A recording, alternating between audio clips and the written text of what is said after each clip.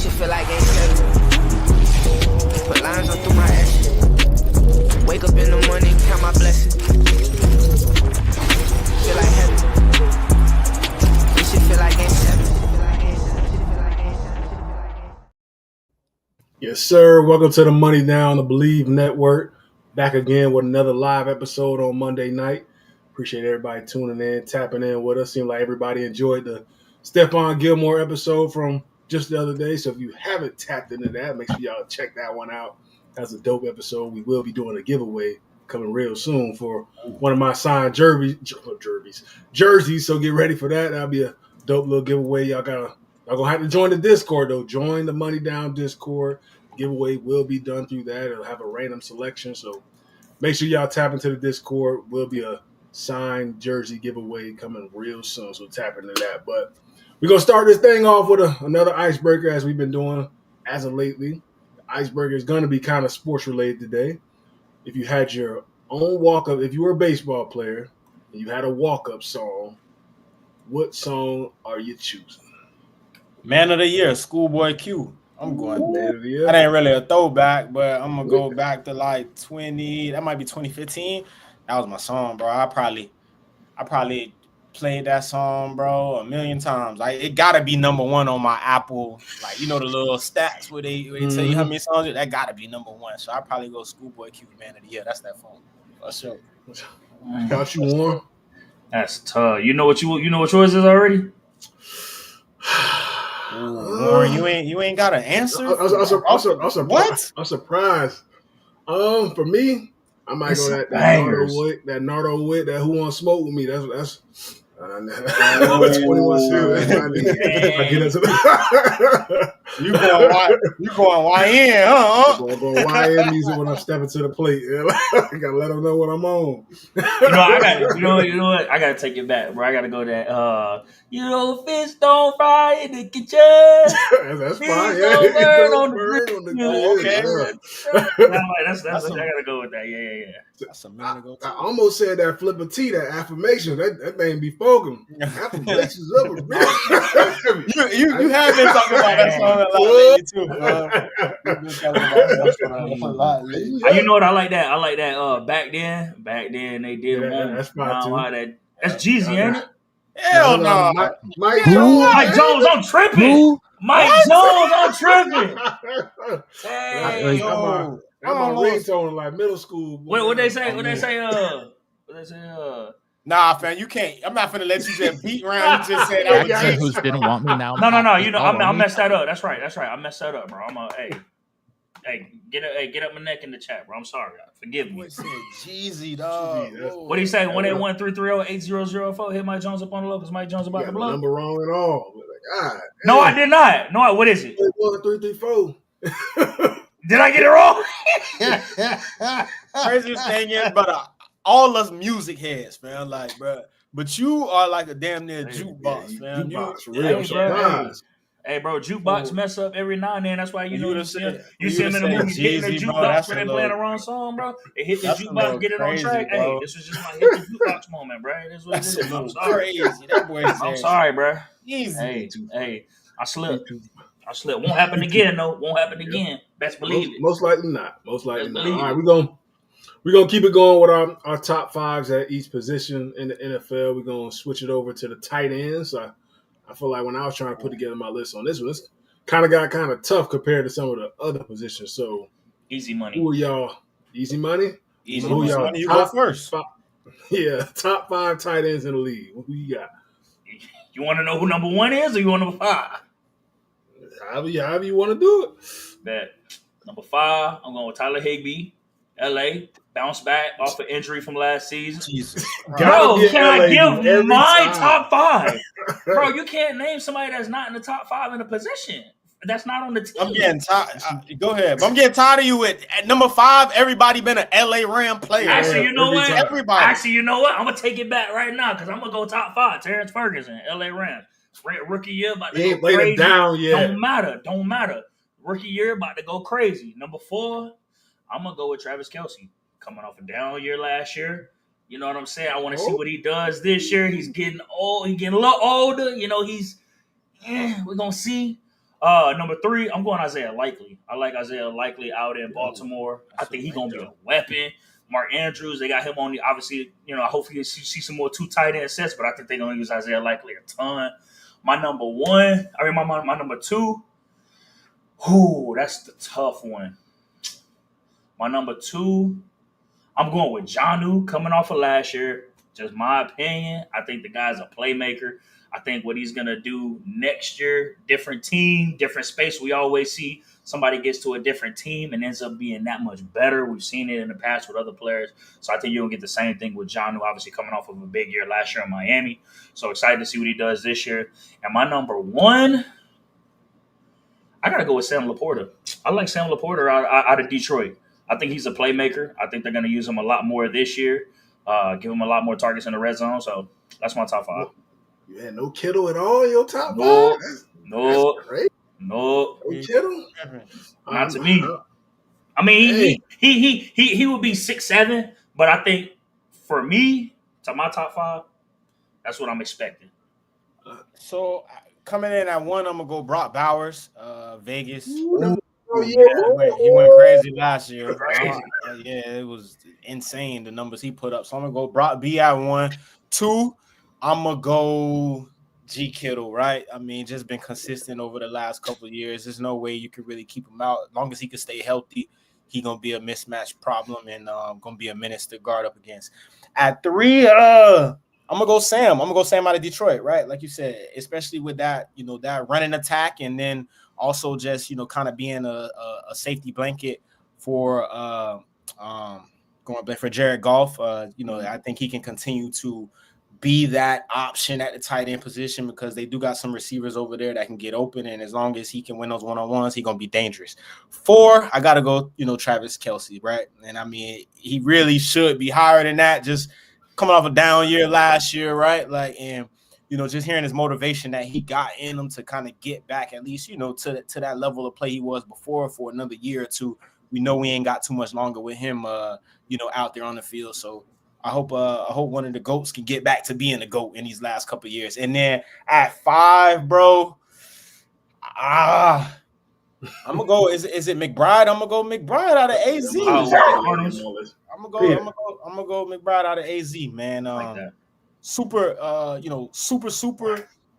productive last year. Mismatch. I'm hoping that this year, Kyler K1 can get him a little bit more involved, and hopefully Marvin, becomes a mismatch where things can open up for him and he could be a menace too. So I'm gonna go with them boys.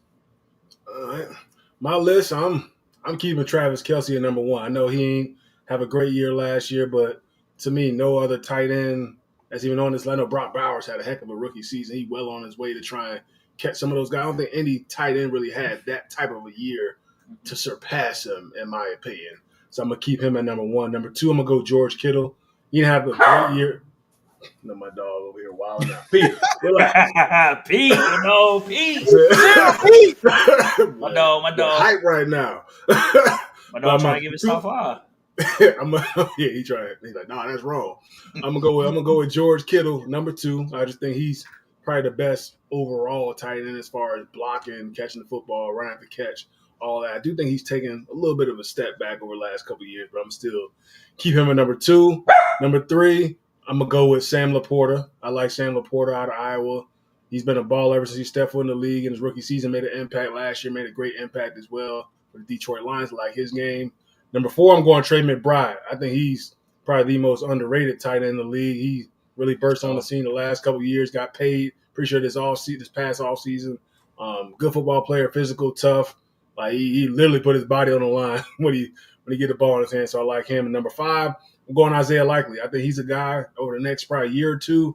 He can really jump this list and could be a top tight end in the league. He got a freak athletically, was a basketball player and all that good stuff. I think he's already kind of surpassed Mark Andrews a little bit in that offense. I think they want him to be that guy at tight end going forward. So I'm gonna go with him at number 5. So yeah, y'all boys really ain't throw Brock in y'all shit. No. Damn. I ain't put no rookies on. No young bulls. Okay. I just think he gonna be hell though. He gonna be on my 5 next year.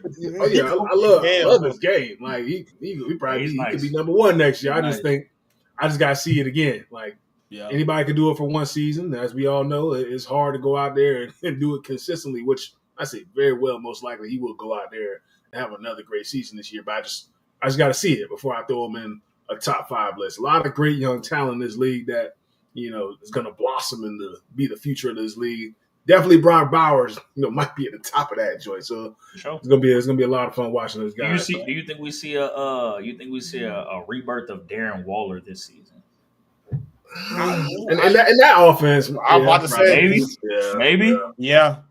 I ain't even gonna lie to you. I mean, just having if Reek can come back and be Reek, bro. I mean, it's gonna be game over for a lot of people. I think that kind of helped Waddle win a lot of those one-on-ones, right? He's obviously he could be a 1 in a lot of people's offenses. And then on top of that, just having the A-Chain, like they have so many pieces. The Dolphins just gotta put it together, bro, and stay healthy, right? Like, and the head coach can't get too much into his head. So it's a lot of chatter and stuff coming out of that the organization, and hopefully they get it together. But if you do, Darren Waller, I think can really make some noise this year. My dog chilling in Miami. Just gotta stay locked in. Gotta stay tapped in. Gotta stay tapped in out here, bro. I think we lost Dub, man. Oh.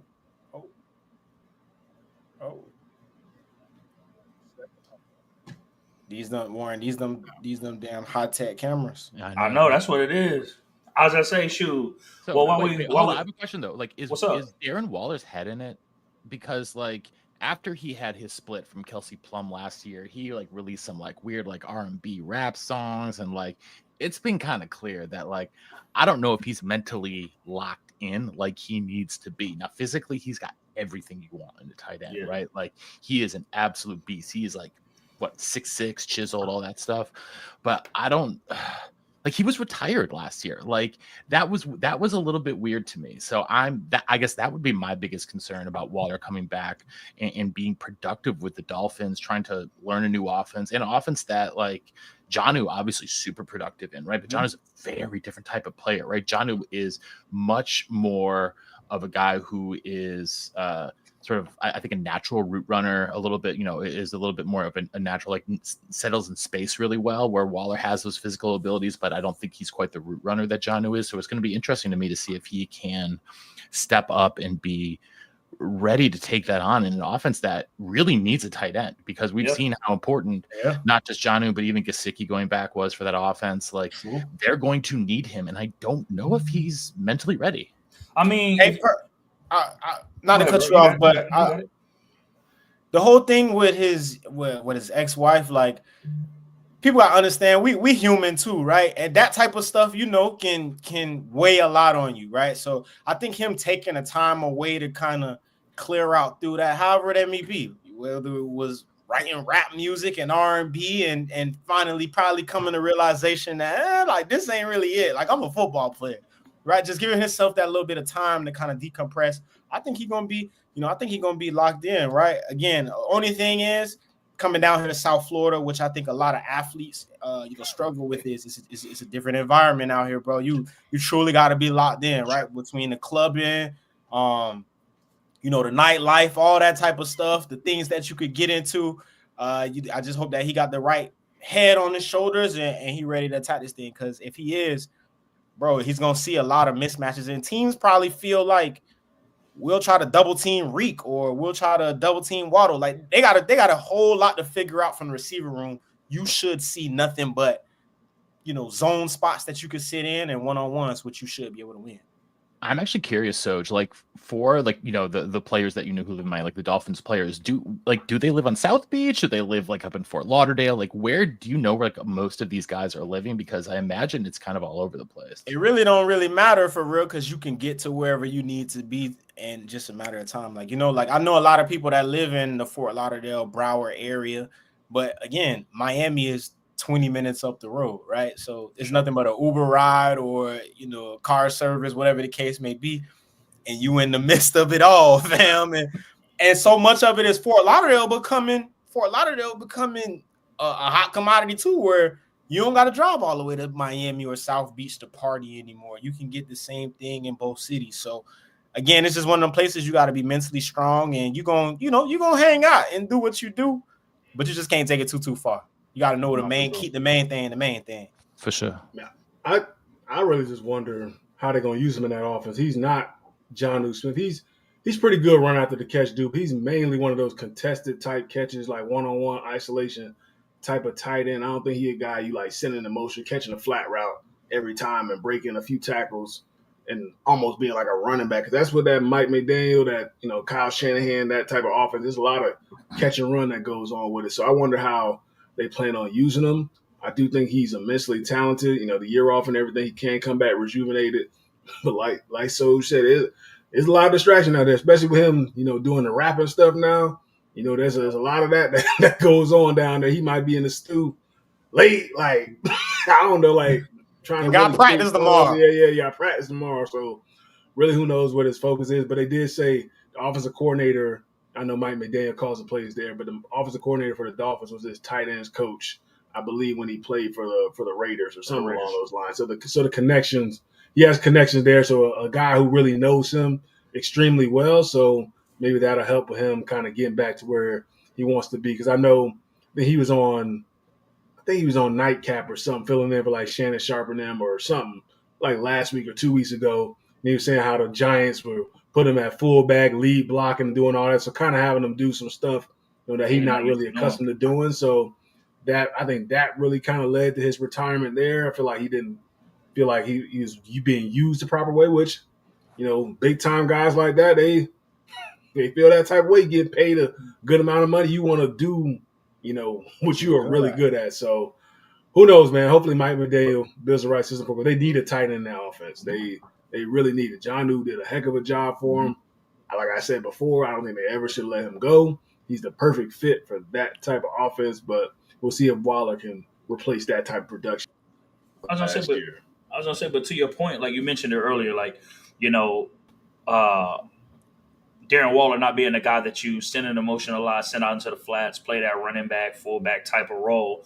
But does that get him being the deep threat that he is, commanding, mismatches down the field, one-on-one opportunities? Does that give you the opportunity to put Reek back into the position that he was when he was doing really well, right? Going into motion, catching the ball, going into motion, catching the ball, cross formation, coming out of the backfield, so on and so forth.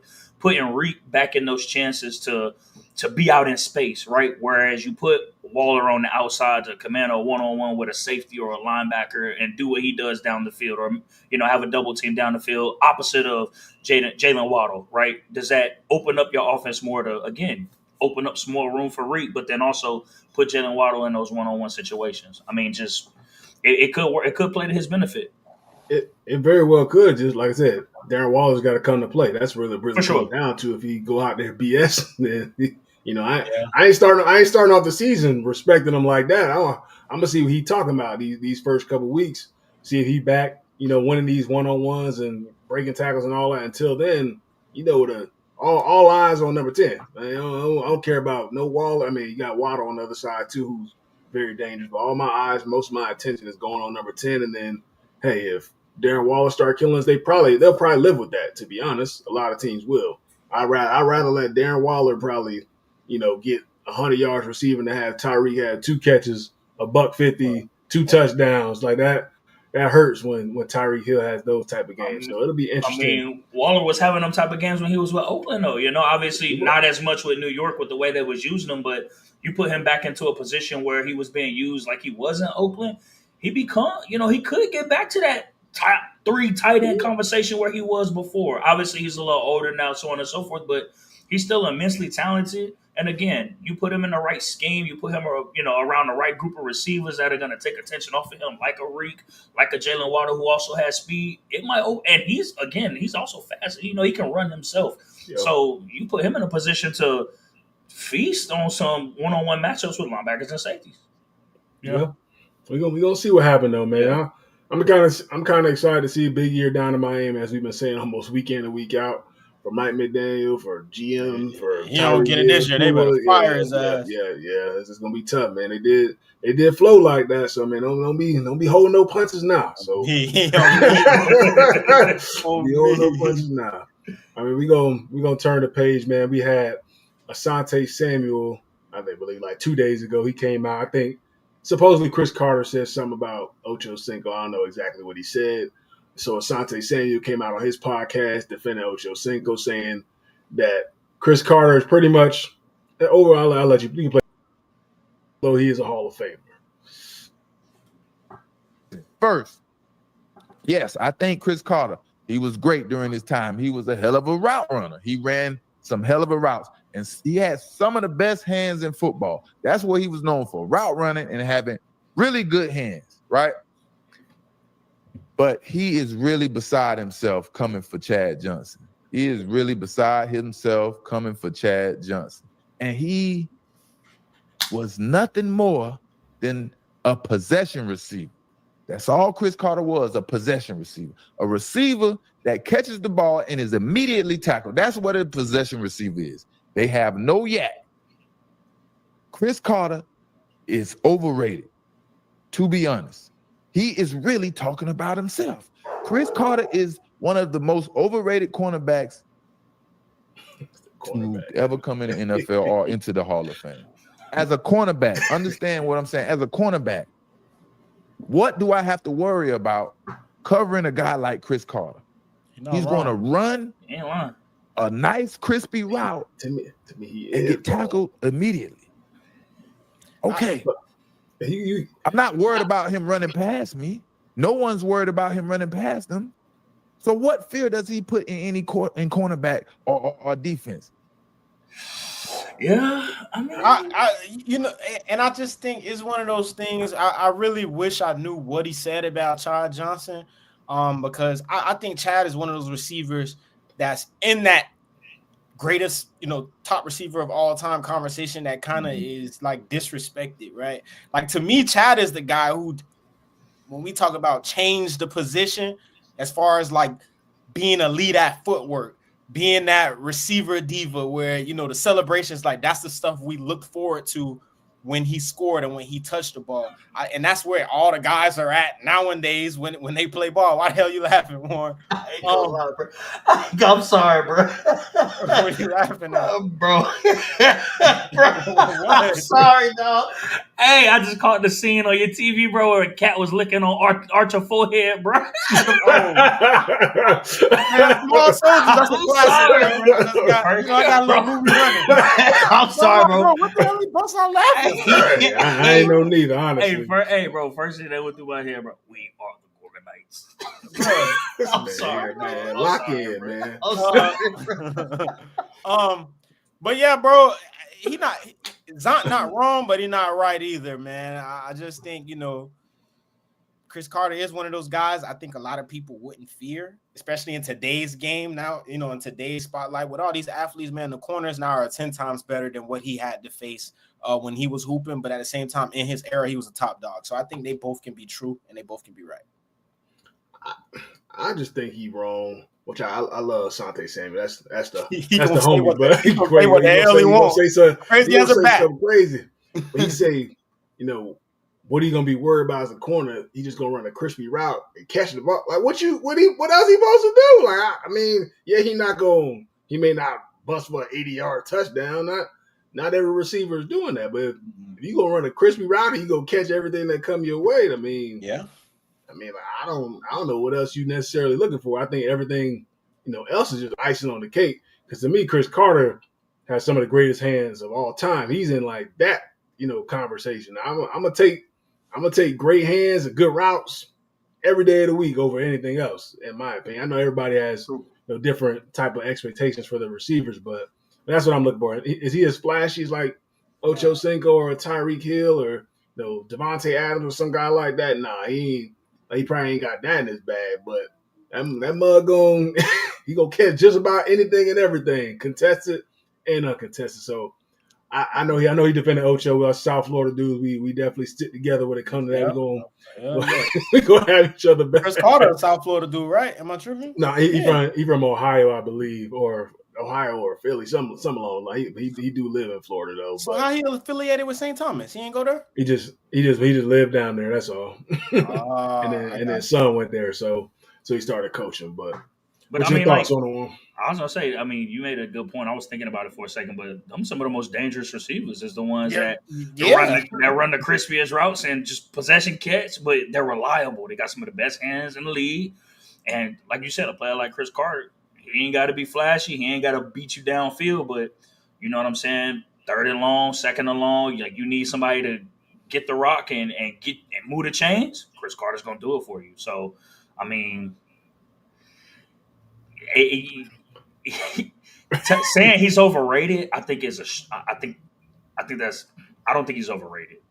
He's in the Hall of Fame for a reason. He's got the numbers. Obviously, he put it on tape. He played on the opposite side of probably the best, if not one of the best receivers in the game, and Randy Moss. You know what I'm saying? So, I mean, to be able to still have your name in the hat across from a guy like that who commands a lot of the attention, who gets a lot of the targets, like, I mean, you had to be doing your job right, you know, in your time. So, I mean, definitely shout out to Cris Carter. Sante Samuel wasn't no joke either now. So, I mean, obviously he can say what he want to say. He got his opinion, but I mean, to say he's overrated, I think that's a lot. And it's crazy because like we talk about it, like to me, Devontae Adams is, I'm not gonna say compared to Cris Carter, but is that type of guy where super crisp with route running, hands are for sure. Cris Carter hands was probably better, but I mean DA hands are for sure, and he's not gonna burn you for it. You know, like don't get me wrong, it's in there now. It's in the chamber if he needs. But that's not what you're stressing about, Devontae, Keenan Allen, Keenan Allen. Like, hey, I'm gonna say it, Hunter Renfrow. Crispy routes, but you know they ain't gonna do nothing crazy after they catch it. You know what I mean? Chad Johnson was like that. He wasn't no burner after the catch. So I just think, bro, sometimes, man, the GOATs got to say a little something to kind of nudge their way back in the conversation and stay relevant, man. Because if you don't, you'll fade into the wind quick. And I just think you right, Perk. Hey, Perk said Cooper Kupp. Facts. Yeah. Coop. A couple years ago, Coop was. Dogging, just straight routes, just straight route. We won Triple Crown. We were in Triple Crown on straight route, bro. So it kind of is what it is. I mean, since I brought up South Florida a little bit, we're gonna turn the page to some South Florida youth football, man. I thought this was OD. It's in the water, fam. It's in the water. Just the other day. Oh, here we go. Collective. Cris Carter was like that, 100%. He was 100%, like that, man. For sure. And he's not even a dude that gets brought up like in top receiver conversation, which he probably shouldn't. But like if you watch that tape, you watch them clips, man. What he's done it's kind of hard to match like some of the catches that he makes on a consistent basis. But you can turn the page to this South Florida youth football, man. I don't know what event this was down at my high school at St. Thomas Aquinas, but these Jits, man, they got it nice, boy. Look at them.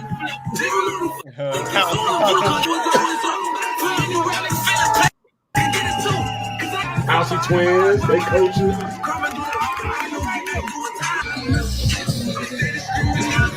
I need a helmet, y'all boys.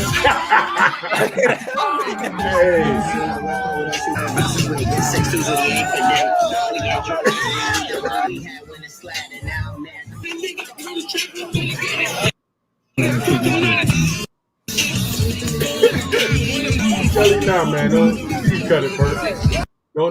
Don't nobody do it like South Florida youth football, man. You ain't finding. I mean, obviously, I ain't never played in no other state, but I don't think many states quite doing it like us as far as that type of turnout. We had a lot of NFL dudes in attendance. Some former dudes like Lamar Jackson was out there. Zay Flowers was out there. I'm pretty sure. Jeremiah Smithman, Devin Hester was out there. Major Wright was out there. And obviously got the Housey twins coaching. I mean, it's packed too. That's probably packed them most high school games. You know what I mean? You know what I'm saying? They got DJs out there and everything. So I think it's great for the kids. Is it a little extra over the top? Hell yeah. That's over the top to me. But I mean, I think it's good. It's good for the kids, man. They get almost like fun. They're having fun, man. And there was no fighting too. That's the biggest thing that I was pleased to see. There's no fighting. Look, I mean, hey, I'm dead serious. That junk get kind of crazy out there sometimes when it comes to it. So I'm glad there was, no fighting. They played the game. Everybody went home safely and everything like that. But it's cool to see the kids get like a, almost like a college or a big high school game type atmosphere. They was having fun, dancing, doing all that good stuff, man. As long as they playing the game the right way, I think that's all I really care about. But it's a little late out there. I will say that.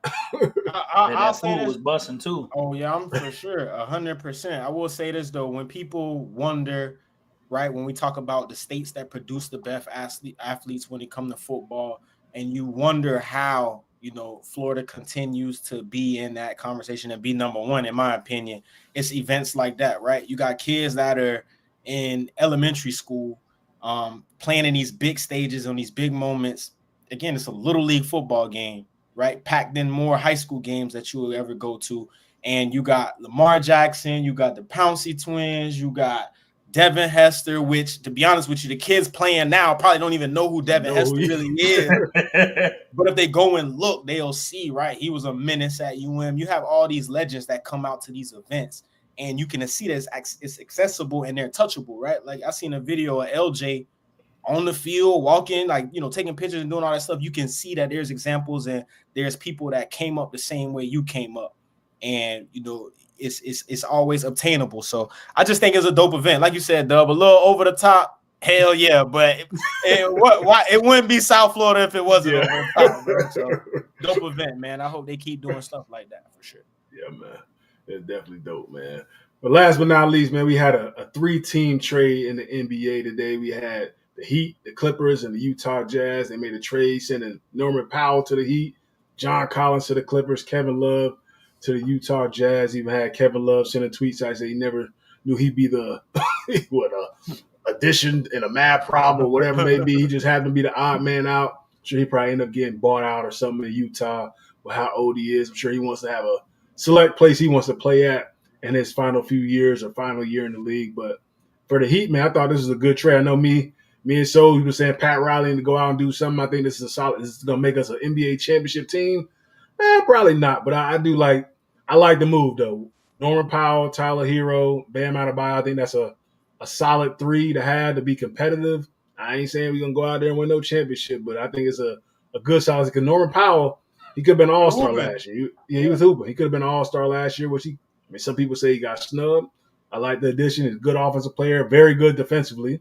Then we need some more defensive players on our team, so I think it's a good addition. I don't know what's your thoughts on it, Soj.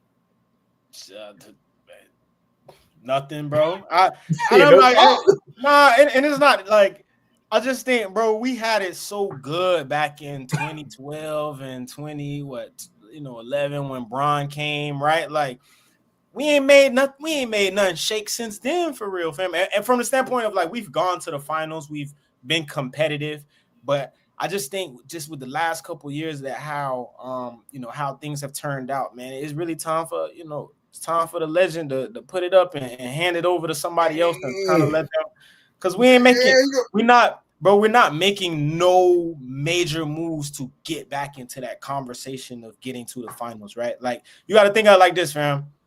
I'm not content with making the playoffs, bro, just because we've been spoiled for so long. Even when we just had Jimmy, we still figured it out and found a way to make it to the finals. And these past couple of years like the last 2, it don't feel right. And it don't feel right in South Florida. It's just not a big splash move enough to make me like, oh my God, he did something. Like the East wide open now. Like Tyrese Halliburton out for the season. A lot of people hurt. Yeah, a lot of people hurt now. I mean, but that's the only reason why, though, fam. Like, hey, I mean, the Pacers, they made it in there and they snuck in there this path to the championship. Nobody expected them to get there. I'm just saying. We need a superstar, bro. We need a big superstar, and time after time we just fail to continue to get one. So, what superstar? I mean, we still can get a Dame Lillard. If he somehow magically get healthy somewhere. He ain't gonna play. Is that gonna get y'all over the hump though? I mean, with Dame Lillard, Norman Powell, Tyler Hero, Bam Adebayo, I think who knows when he'll be back healthy. But if we we a good basketball team. Come, close to the playoffs. Y'all boys know James. James ultra optimistic. What you? But think about it. I mean, y'all, you just talked about Jimmy got y'all to the finals twice when he was there, right? In my opinion, Jimmy ain't top 10. Jimmy wasn't a superstar in my opinion like that. In my opinion, like I said, that's my opinion. That's fair. But y'all got there through gritty team basketball. Y'all didn't have anybody that was like a Steph, a LeBron, a superstar of that caliber. And y'all got there. And as much as I hate giving y'all kudos because y'all be beating us all the time, but that's how y'all got there. So I don't know if y'all need that superstar. Y'all just need the key pieces. Y'all need the guys on defense, right? Like obviously you talked about Norman Powell being a good defensive player. You need somebody that's going to be a really good on-ball defender, somebody that's going to lock down your best player. You haven't had that in a while. That was Jimmy at one point. You need somebody that's going to be able to put the ball in the basket like when you need it. Tyler Hero, here and there, right? Like he's got here and there. He's gotten old. First off, the reason I say that is because the last couple years our group chat blow up every time Hero getting a bomb time spot. I ain't gonna name no names. That's just shows, man. I ain't gonna name no names, but y'all boys know how I feel. But the thing is, Hero hasn't been able to show that he can turn it on in a playoffs like that or keep it consistent. Like he's had his up and down moments, right? Like you don't have that somebody that can answer the bell and just drop 30 for you a night for the next 10, 11 games. Like is Powell that? No, and I'm not saying that, but Powell is a really good piece to add to your team. Now you may just need one or two more pieces that can just put the ball in the bucket that can get you a bucket. I don't trust in Pat Riley, fam. I don't think it's a bad move, right? Great. Bro, he got you to the finals twice without a superstar. First of all, the one finals we went to was in a bubble. Anybody could have made it out of it. But you can't say that, bro. Not anybody can do that.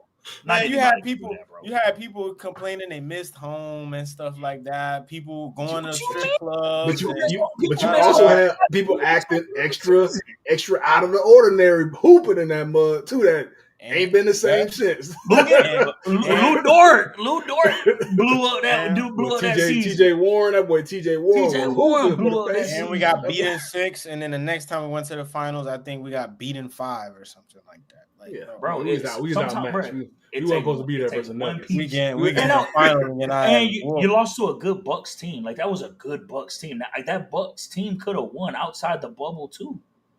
What Bucks team? What you mean? Didn't y'all lose to the Bucks in the bubble? Lakers. No, we lost to the Lakers. No, that's right.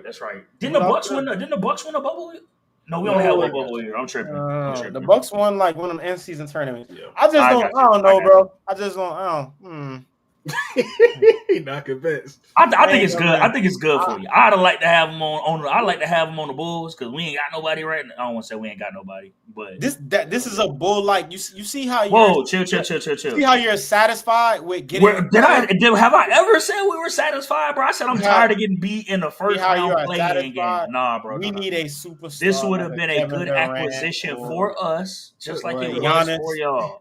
Kevin Durant, Giannis, something like that, bro. We just need a superstar, somebody splash to make things. I don't know. Feel back to how it was a couple years ago because we ain't had nobody that. The Pacers ain't had no superstar. Them boys was hooping. You don't need a superstar, man. It's only a select few superstars in this league. A lot of them started about on their way out. Pieces that's gonna put the ball in the bucket on a consistent basis. You got Tyler Hero. Norman Powell might be there. Norman Powell could put the ball in the bucket. But the only reason why the Pacers made the finals is because JT popped as a kid. Like, bro, let's be real. Like, bro, don't say that. They were not, bro. Nobody was beating the Celtics if this man didn't tear his Achilles. Why not? The Knicks? The Knicks won. They could have. Nah. Truth be told, I could have saw Boston imploding when it came to the finals anyway. But that's just me. I could have seen. You never know though. Pat, hang it up, Pat. You 100 years old, fam. You a done, bro. Kick your feet up. Watch the game in the stands, bro. You don't need to be making no moves. It's OD. It's OV, fam. Well, on that note, man, that's a wrap for this Money Down podcast on the Believe Network. Appreciate y'all tapping into another live episode, man. Make sure y'all join the Money Down Discord. Like I said, there'll be a signed jersey giveaway coming real soon. You're going to have to join the Money Down Discord to be able to win that. But appreciate y'all tapping in. Appreciate y'all liking, keep subscribing, keep showing love. Subscribe me, throwing me off every time. Hey, I'm about to get on. I'm about to get on. Football 26 out. Come get that work. Anybody I'm about to join the game right now. Get that work. Get that work. I'm handing out L's. I'm handing out L's.